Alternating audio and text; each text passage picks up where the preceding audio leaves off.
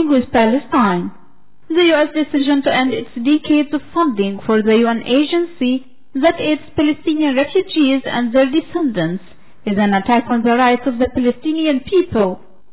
It's what Palestinian President Mahmoud Abbas, a spokesman, said on Saturday. Nabil Abu Rudaina said the move does not serve peace but rather strengthens terrorism in the region. He also said that the Palestinian leadership was considering appealing to the UN Security Council to confront the American stance. Onto the Syrian profile, a blast killed at least one person in a region of North Syria controlled by Turkey-backed Syrian rebel groups. The Syrian Observatory for Human Rights said the explosion in Azaz was caused by a car bomb and hit a sit-in to demand new elections to the local council. The observatory also said one person was killed and others injured. It's worth mentioning that Turkey has staged 2 incursions into northern Syria since 2016 in support of rebels fighting President Bashar al-Assad, leading to its control over a zone along the border. On the other side of the world, 2 people wounded in a knife attack at the Dutch capital's busy main railway station on Friday are both American citizens who were visiting the Netherlands, according to the U.S. ambassador on Saturday, as police investigated possible motives, including the possibility it was an extremist attack. Police shot and wounded a 19-year-old Afghan man immediately after the attack and are questioning him as a suspect.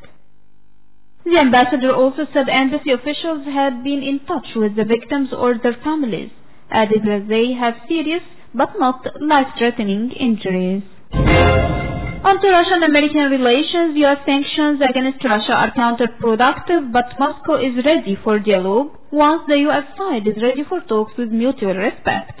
TASS state news agency quoted Russian Foreign Minister Sergei Lavrov on Saturday as saying, "Not for the first time we highlight the permanent build-up of sanctions pressure without any facts that would justify such sanctions is counterproductive and push relations into an impasse."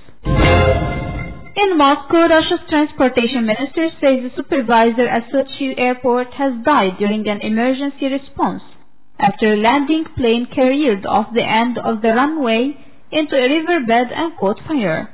The health ministry said 18 people were injured in the accident, which occurred about 3 a.m. as the UT Air operated Boeing 737 from Moscow, carrying 164 passengers and 6 crew members, was landing. The airport also said the fire was extinguished within 8 minutes. Meanwhile, the transportation minister said that the airport shift supervisor died of a heart attack at the scene. And finally, 8 people have been injured in a blaze at an oil refinery in Bavaria, and another 1,800 people living close by were temporarily evacuated. Police said the fire spread quickly after a loud detonation was heard early Saturday in the southern German town of Warburg and Donau. From another perspective, residents were evacuated because of possibly toxic smokes, but air tests later showed it was safe for people to return to their homes. Moreover, the German news agency dpa reported that all 8 injured were Bayer refinery employees.